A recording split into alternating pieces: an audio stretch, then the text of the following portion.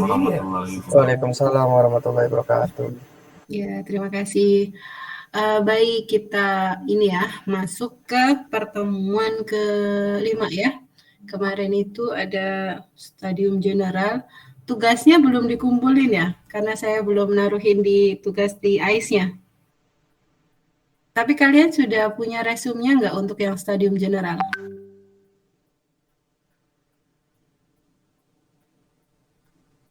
Sudah ada? Kalau sudah ada, nanti saya buka untuk menaruh tugasnya itu, upload tugasnya itu di AIS. Kalian waktu kemarin pada buat nggak resumenya untuk yang stadium general?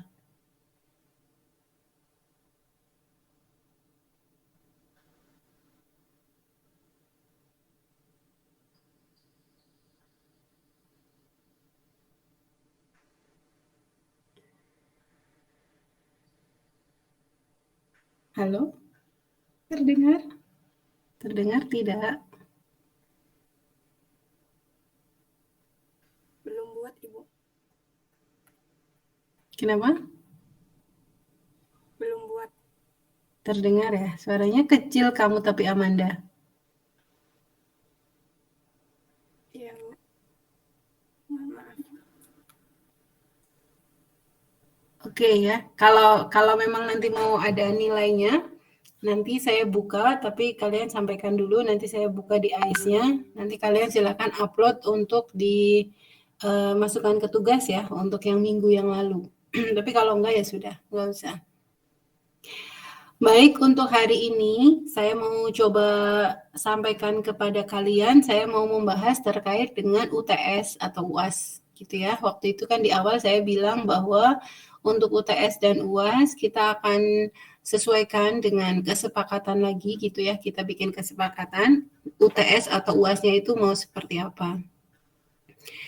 Ada 2 alternatif sebenarnya atau 3 alternatif untuk UTS atau UAS itu. Jadi alternatif yang pertama itu bisa saja dengan presentasi masing-masing gitu ya.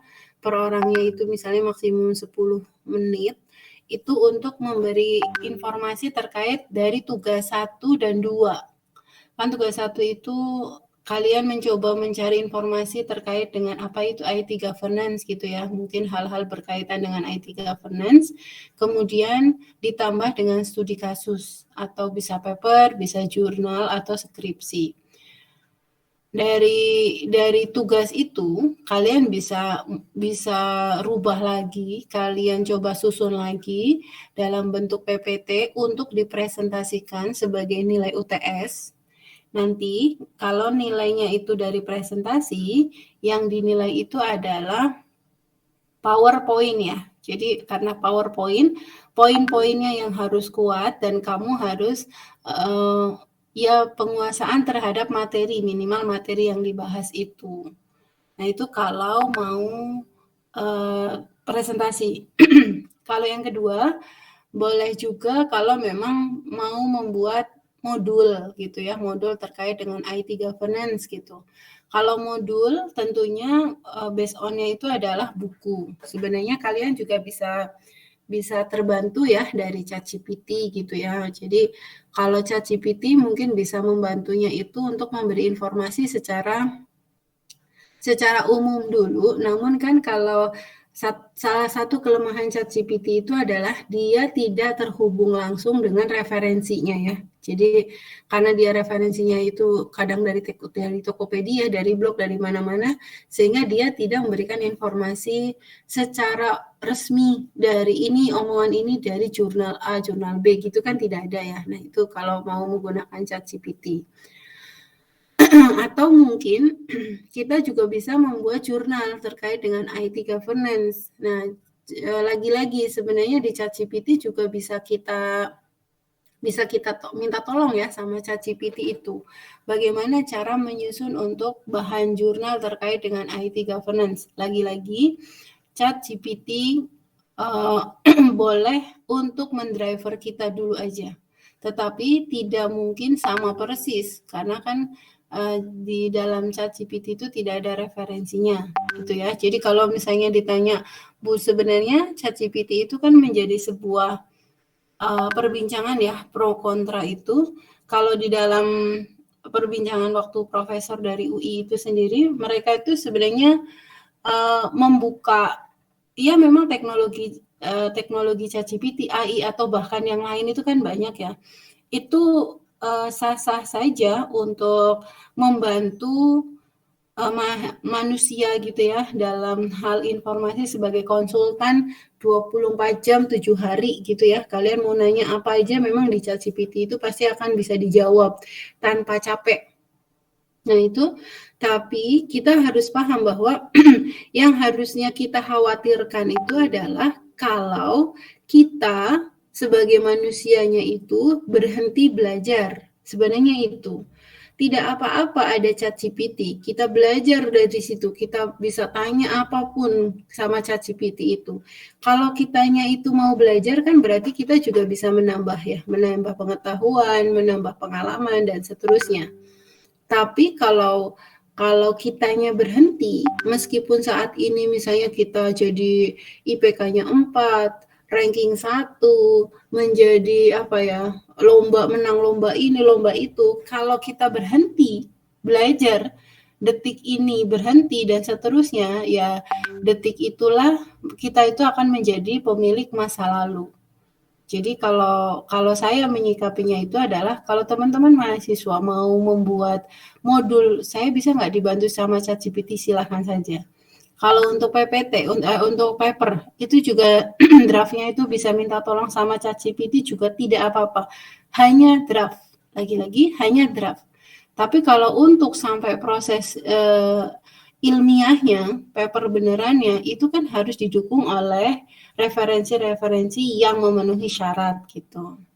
Jadi ada 3 alternatif untuk bagaimana kita mau membuat, apakah UTS-nya itu di presentasi atau modul atau membuat paper itu. Kalau memang mau ya terserah kalian, mungkin tidak bisa langsung menjawab untuk keputusan ininya ya. Mungkin saya kasih waktu kalian berdiskusi, nanti KM-nya akan konfirmasi ke saya kalian mau ngambil tema yang mana. Mungkin itu.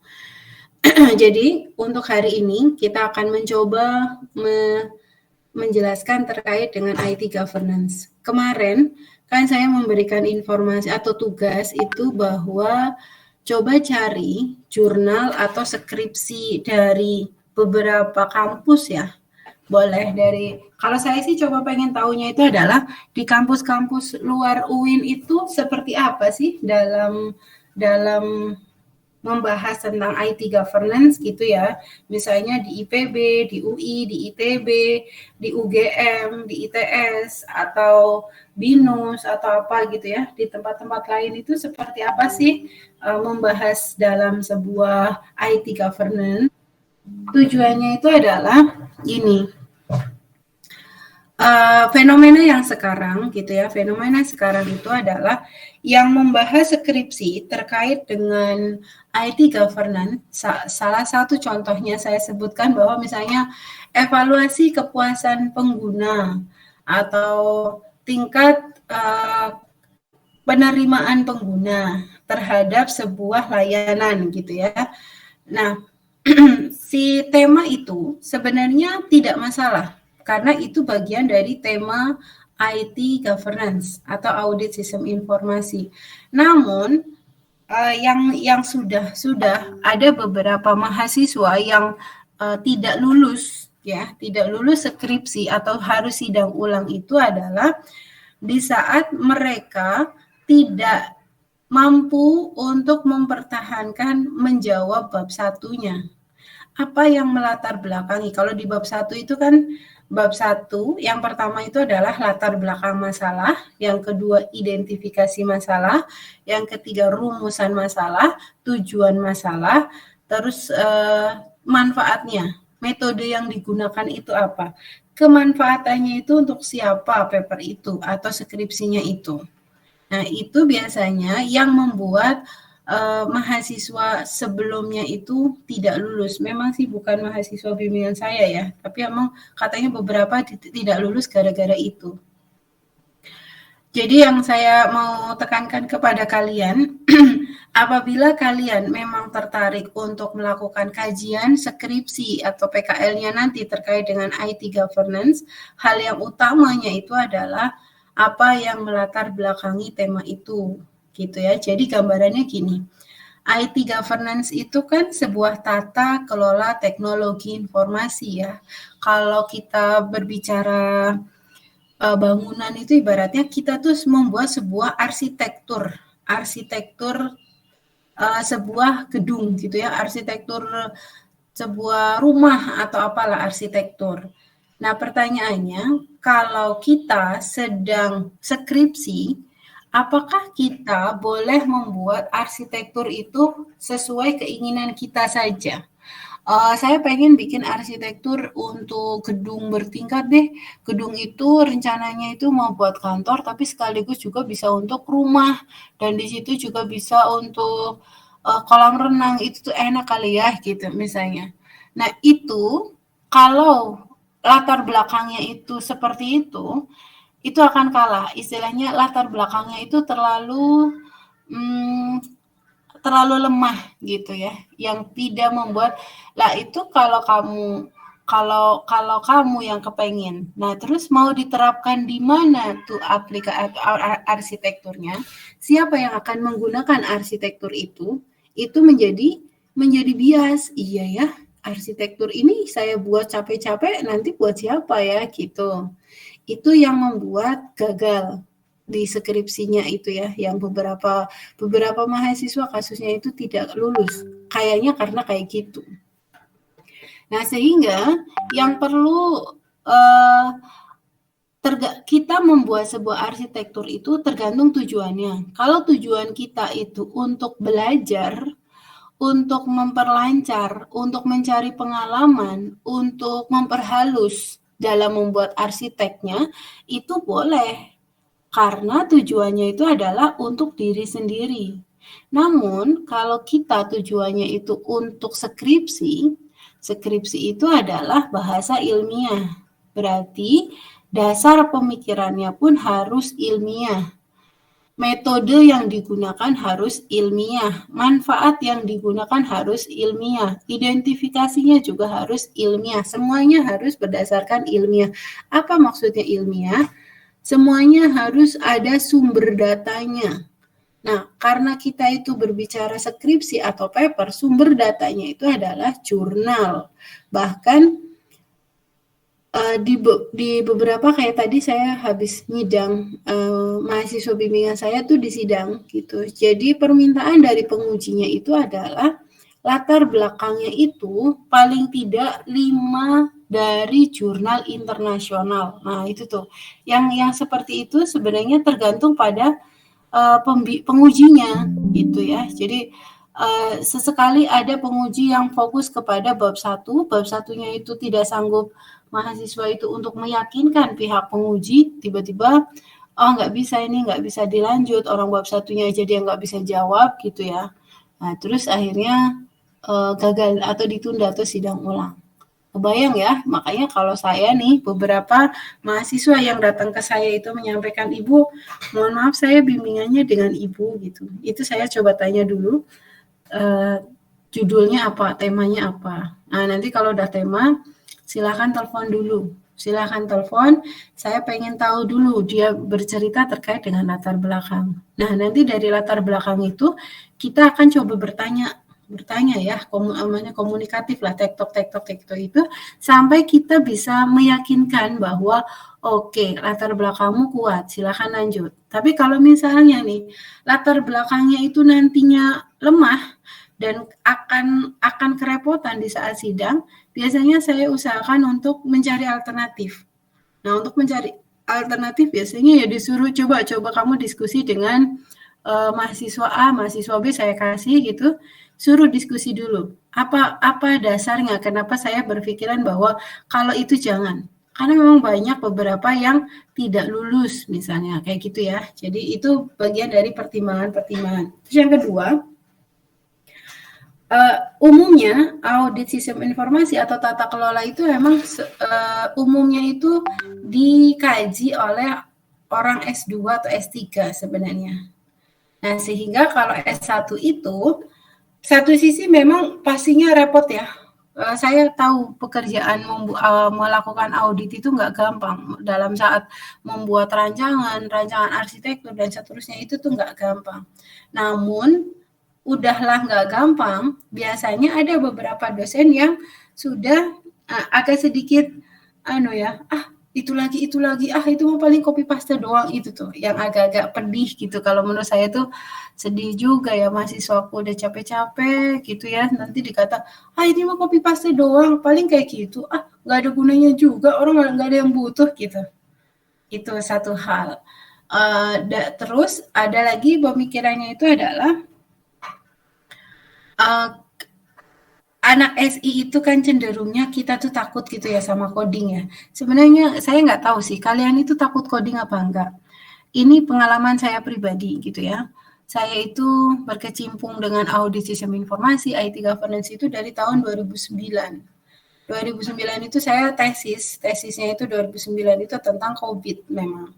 Nah, dari setelah lulus S2 gitu ya, terus saya coba daftar sebagai dosen dan alhamdulillah diterima tuh di SI. Begitu diterima di SI, saya itu disuruh mengajar audit sistem informasi. Sehingga saya dulu itu pas waktu saya belum mengajar audit itu, yang membahas terkait audit itu dari 3 kelas ya waktu itu, 3 kelas atau 2 atau 3 kalau nggak salah. Itu hanya sekitar 3%-an yang membahas terkait dengan dengan audit, dengan COVID lah ya khususnya itu.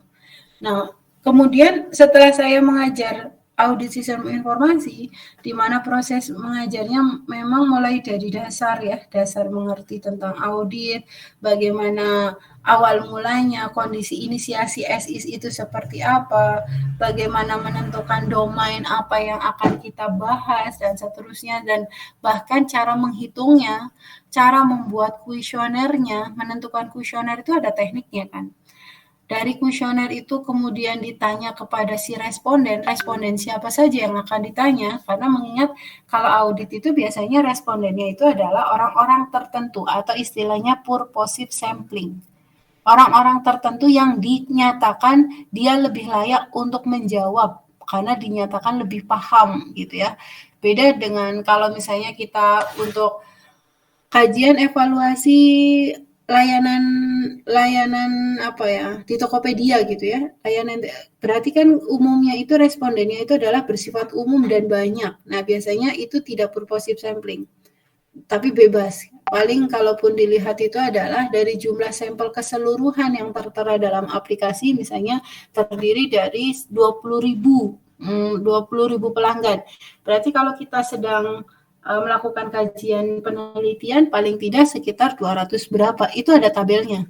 Kalau jumlah total respondennya itu sekian ribu, berarti berapa dan seterusnya, itu ada aturannya.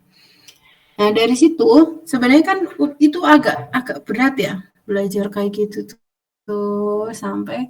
Nah, nanti yang repotnya itu adalah di saat menjelaskan latar belakang atau latar belakang itu karena memang sangat luas, jadi pertanyaannya itu seperti terbuka.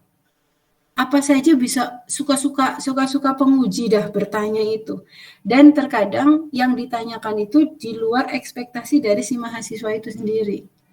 Nah, itu ya. Sehingga kita tuh harus benar-benar memahami dari seluruh sudut. Nah, pas waktu saya ngajar itu tuh saya ngajarin ini kalau kayak gini, SIS-nya begini, gap-nya begini, rekomendasinya begini. Yuk coba contohnya.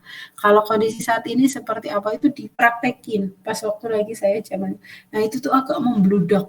Hampir 90% mahasiswa itu ngambilnya audit semuanya. Sampai akhirnya beberapa mesti ditolak ya. Karena kita tuh ada rasio dosen dalam membimbing satu semester itu sekian aja gitu. Istilahnya 6 atau maksimum 8. Sehingga kalau ngebludak begitu siapa yang mau membimbing gitu ya. Nah, dari situ sempat audit itu viral gitu ya. Istilahnya seperti kayak audit gitu. Nah, akhir-akhir ini memang di samping sekarang itu audit itu tidak hanya saya doang ya, tidak hanya saya, karena pada mengikuti Multimatic pelatihan audit atau COVID itu. Dari situ tuh baru berbagi tuh siapa saja dosen-dosen yang mau membahas terkait dengan audit sistem informasi, sudah banyak, tidak hanya saya doang gitu.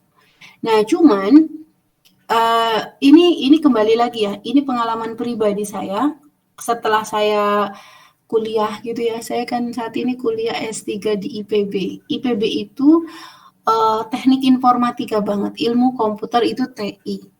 Nah, sehingga boleh dibilang ya, saya tuh kepentok. Saya tuh kepentok sebelumnya itu ngajar itu lebih ke seperti ini saja gitu ya, tentang strategi, tentang bagaimana manajemen orang dan seterusnya itu.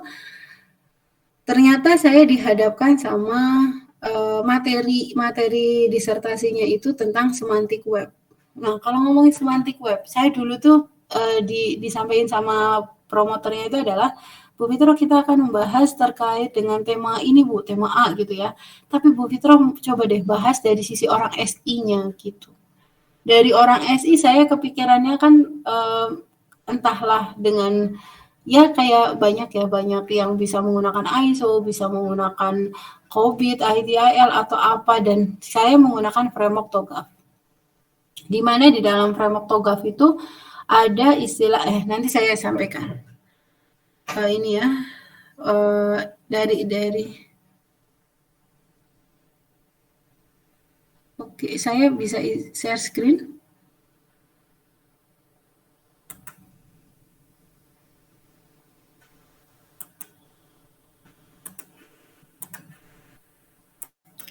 Nah ini coba ya, saya akan coba jelaskan tentang TOGAF. TOGAF ini adalah salah satu framework dalam IT governance.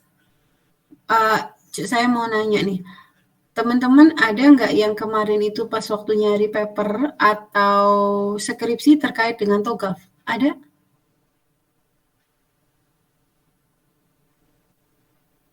Tidak ada ya, tidak ada. Kenapa tidak ada? Padahal TOGAF ini sebagai frameworknya untuk IT governance juga.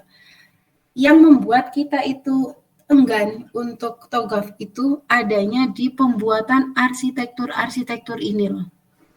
Arsitektur vision, bisnis arsitektur, arsitektur sistem informasi, arsitektur teknologi. Jadi gambarannya nih ya, kalau kita sedang membahas tentang sistem atau misalnya kita membahas tentang requirement management.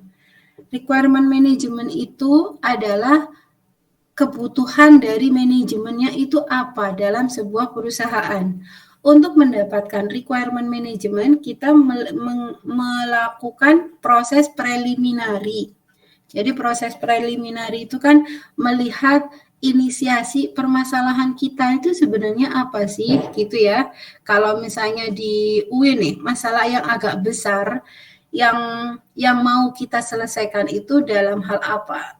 Kalau contohnya itu adalah zaman pandemi.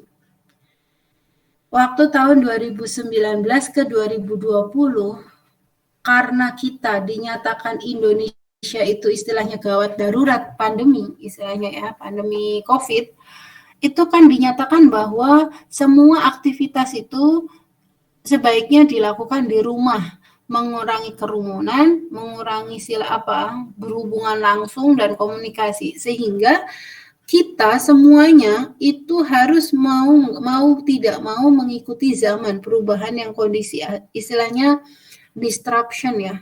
Disruption itu rusaknya tatanan yang ada karena ada sesuatu kejadian besar. Nah, ini kan tatanan yang ada itu dulu zaman kita sebelum tahun 2020 kan kuliah itu offline semua ya. Udah pasti offline deh, hampir tidak ada yang online gitu ya.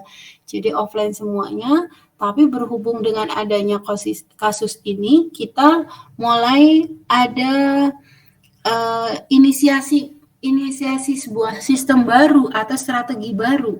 Kalau di FSC itu strateginya itu adalah dengan membuat aplikasi konsep bagaimana supaya mahasiswa itu bisa melakukan layanan keperluan akademiknya itu melalui aplikasi. Ada yang kenal dengan e-letter? E-letter itu sebuah aplikasi yang digunakan yang terbit zaman COVID kemarin itu. Jadi kalau kalian itu mau ngajuin beasiswa gitu kan biasanya harus ada surat keterangan aktif kuliah. Kalau yang sekarang itu kan kita datang ke atau dulu lah sebelum pandemi itu kita datang ke akademik, terus menuliskan di buku bahwa saya akan membuat surat keterangan aktif kuliah. Ada yang mau membuat surat keterangan cuti, ada surat keterangan apa dan seterusnya. Nah itu tuh pihak akademik akan menerbitkan surat. Sebelum surat itu ditandatangani, tentunya surat itu berproses ya. Setelah prosesnya itu adalah setelah form dari mahasiswa, kemudian sistem si karyawan itu akan membuatkan surat yang dimaksud. Setelah surat itu selesai di print, dia akan datang ke Kasubag dulu. Nah, dari Kasubag itu untuk mendapatkan ACC paraf gitu ya, paraf tanda tangan. Nanti dari situ sampai pada tahapan kepala TU, kepala tata usaha. Nah, sistem itu surat itu kan sebenarnya banyak tuh ya, ada surat tugas, ada surat aktif kuliah dan macam-macam. Kalau tidak diwadahi oleh sebuah aplikasi nanti akan kerepotan. Nah, sebenarnya ide untuk membuat e-letter itu ya karena ada proses preliminary berdasarkan requirement management.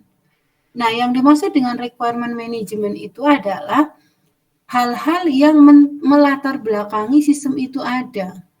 Latar belakangnya itu tentunya apa? Dari hasil diskusi. Hasil diskusi itu apa? Dari hasil evaluasi yang sebelumnya. Oh, hasil evaluasi menimbang, mengingat, mempertimbangkan berhubung ada pandemi COVID, menimbang dan mengingat bahwa mahasiswa itu tidak diperkenankan untuk ke kampus, padahal dia tetap bisa untuk mengajukan beasiswa, sehingga surat-suratnya itu tetap harus jadi.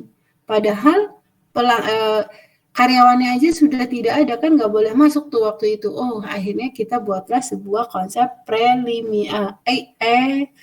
e-letter. Kemudian, nah itu ya, jadi ini salah satu contoh. Jadi requirement manajemennya itu adalah kita mau membuat strategi baru layanan membuat e-letter pada Fakultas Sains dan Teknologi.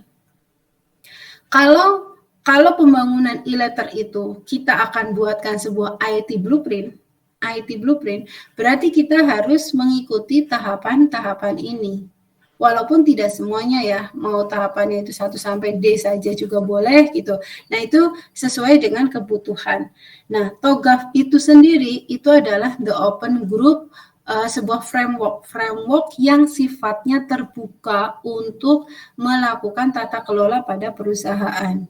Namanya terbuka berarti kita tuh bebas tuh mau membuat A, B, C, D saja, terus E, F, G, H juga boleh, terus arsitektur vision itu juga bisa direpresentasikan dengan beberapa artefak, namanya beberapa artefak.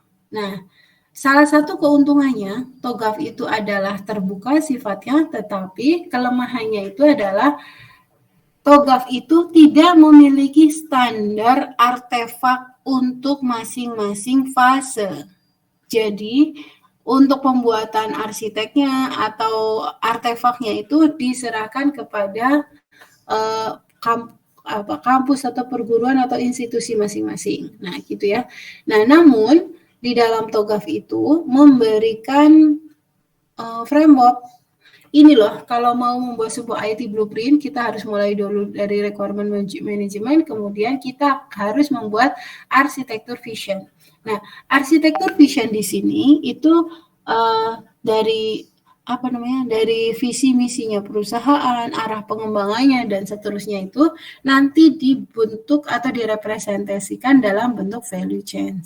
Kemudian ke bisnis arsitektur, kemudian ke arsitektur sistem informasi. Oke.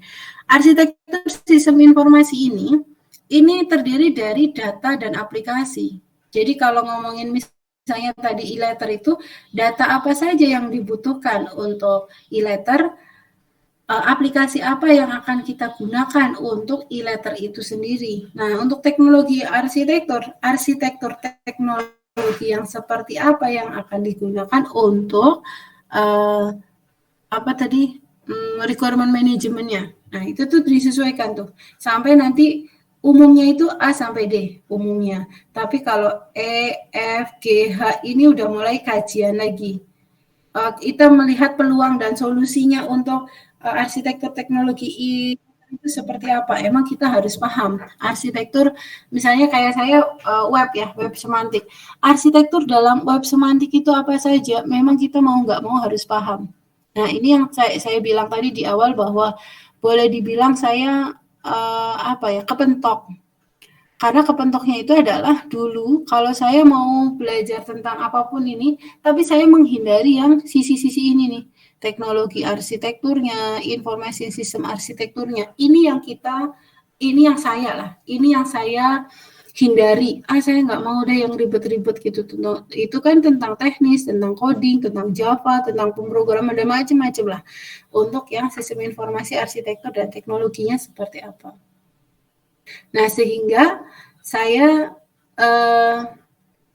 mau tidak mau saya harus belajar coding gitu. Dan setelah saya pelajari coding itu ya, ternyata belajar coding itu enak loh gitu. Nah, saya mau bilang sama kalian, kalau yang tadinya kalian tertarik dengan IT governance, audit sistem informasi untuk S1-nya untuk skripsinya itu ternyata ini juga kalau mau kita serius gitu ya, arsitektur data, informasi dan teknologi itu ternyata kita enak loh belajar pemrograman, belajar web developer, HTML itu apa, CSS itu kayak apa, CSS layouting bagaimana, CSS3 dan seterusnya. Itu ternyata indah untuk belajar itu.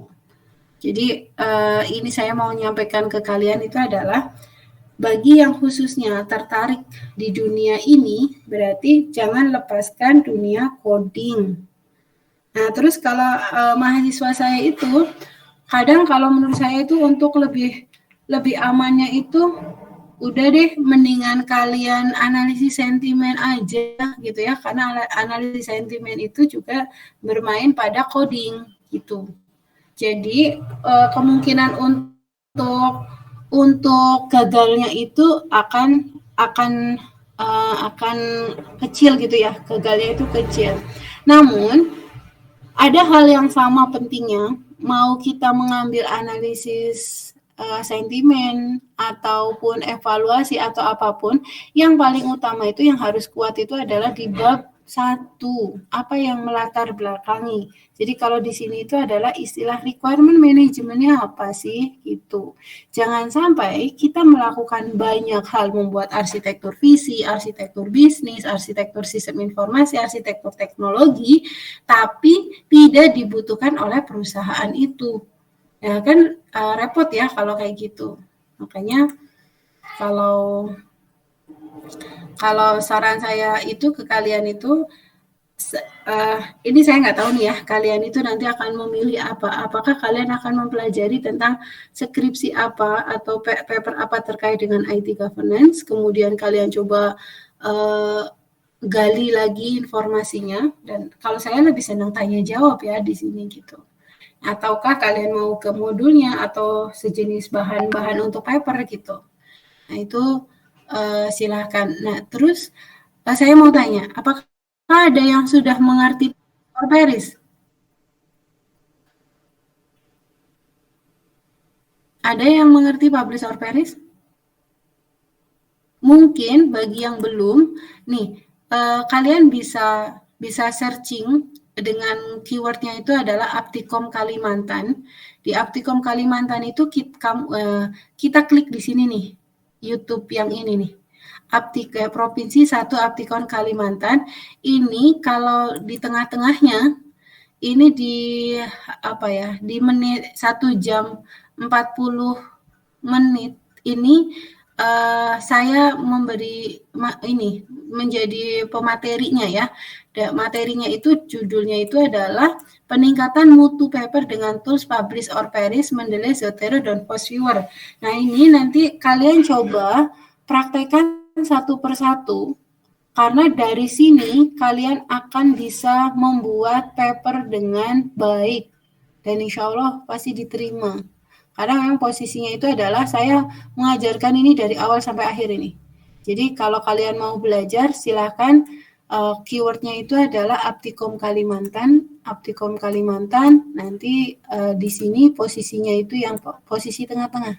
1 jam 40-an, 1 jam 40 menit. Nah, itu silakan kalian pelajari kalau yang tertarik untuk membuat paper. Terus kalau untuk modul ya. Jadi kalau kalian mau mencari buku itu bisa dengan ini nih. LibGen RS. Aduh, saya nggak hapus. Hapus dulu. Nah, LibGen RS. Di LibGen RS itu kita bisa mencari, bisa buku, bisa majalah, bisa fiction, bisa non-fiction, ya. Jadi kalau misalnya kita mau nyari scientific artikel terkait dengan IT governance misalnya ya. Itu ini ada jurnal juga, ada buku juga. Ini nih biasanya tinggal kalian cari-cari saja. Kalau bukunya, book misalnya ya. Ini ada buku. Ini book review misalnya. Atau book review atau critical book review. Kalau kalian mau membuat modul bisa dilihat dari sini. Bisa dilihat dari sini atau tadi kalian bisa saja bertanya sama ChatGPT. ChatGPT tolong dong kalau untuk modul subbabnya apa saja gitu ya. Nah, itu juga bisa. Nanti dari subbab itu kalian kembangkan dalam sebuah modul. Jadi satu orang itu cukup satu subbab saja, nggak usah banyak-banyak. Jadi kan kalau misalnya dalam satu buku tentang audit sistem informasi, tentang IT governance, itu kan bukunya biasanya 1 sampai 500 halaman gitu ya. Ya kalian cukup pilih yang satu subnya saja. Misalnya ada 30-an sub, ya udah satu sub aja yang kalian pilih, satu sub gitu.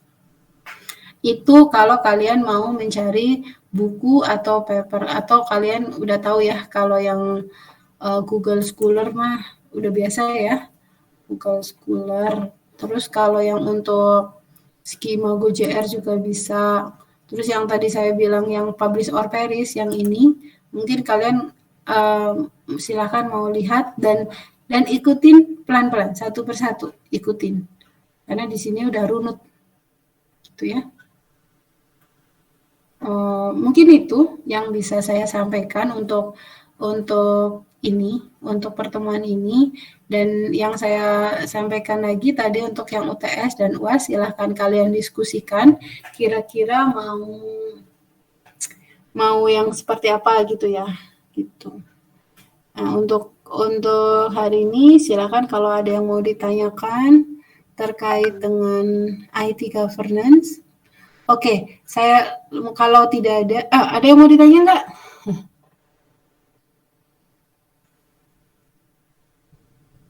Halo?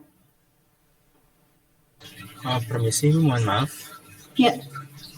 Ini Google Meet-nya tinggal 6 menit lagi, Bu, karena tidak pro. Jadi kalau nanti suatu waktu keluar, nanti bisa langsung masuk lagi aja, Bu. Oke, ya. Oke, ini ya, 6 menit lagi ya, baik. Ada yang mau ditanyakan lagi?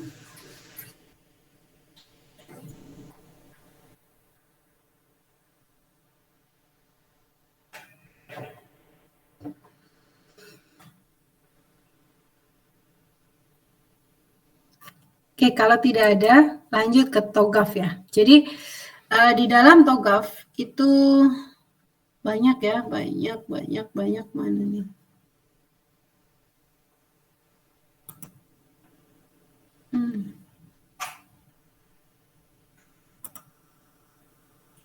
Nah, di dalam TOGAF tadi, mana ngecilnya? Ini kan ada arsitektur vision. Arsitektur vision itu di dalam TOGAF itu dia memberi informasi bahwa kita bisa membuat arsitektur vision itu bisa dalam bentuk value chain gitu ya. Misalnya, kita lihat deh value chain itu seperti apa sih gitu. Ini mungkin kalian akan mengenal nih. Begitu nanti kalian semester 5, 6, 7 dan seterusnya itu istilah value chain itu akan menjadi sesuatu yang iya gitu ya. Oke, saya akan coba lihat jelaskan tentang value chains.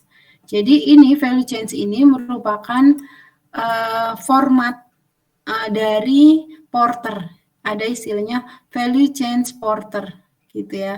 Yang dimaksud dengan value chains itu terdiri dari aktivitas primary aktivitas atau aktivitas utama dan support activities atau aktivitas pendukung.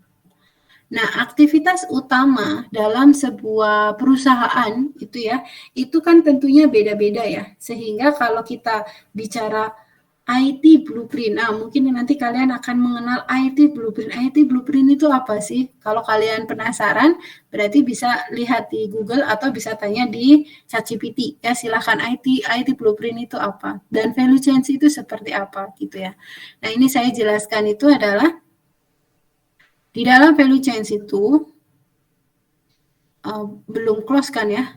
Nah, ini ada istilah inbound, ada operation, ada outbound. Nih, salah satu saya kasih contohnya itu adalah perusahaan garment misalnya, atau perusahaan makanan jadi, ya, perusahaan makanan jadi atau garment.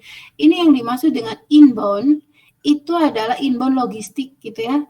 Berarti bahan baku dari, kalau lagi ngomongin makanan, berarti bahan baku makanan itu apa? Ada tepungnya, siapa yang akan suppliernya itu dari mana, inboundnya itu ya, inbound logistik. Kemudian dari bahan-bahan itu dilakukan proses operasi atau proses, kalau kita lihat input, proses, output. Nah, untuk marketing dan sales itu adalah aktivitas memarketkan atau memasarkan hasil, bisa hasil makanan, bisa hasil bajunya itu, marketing dan penjualan.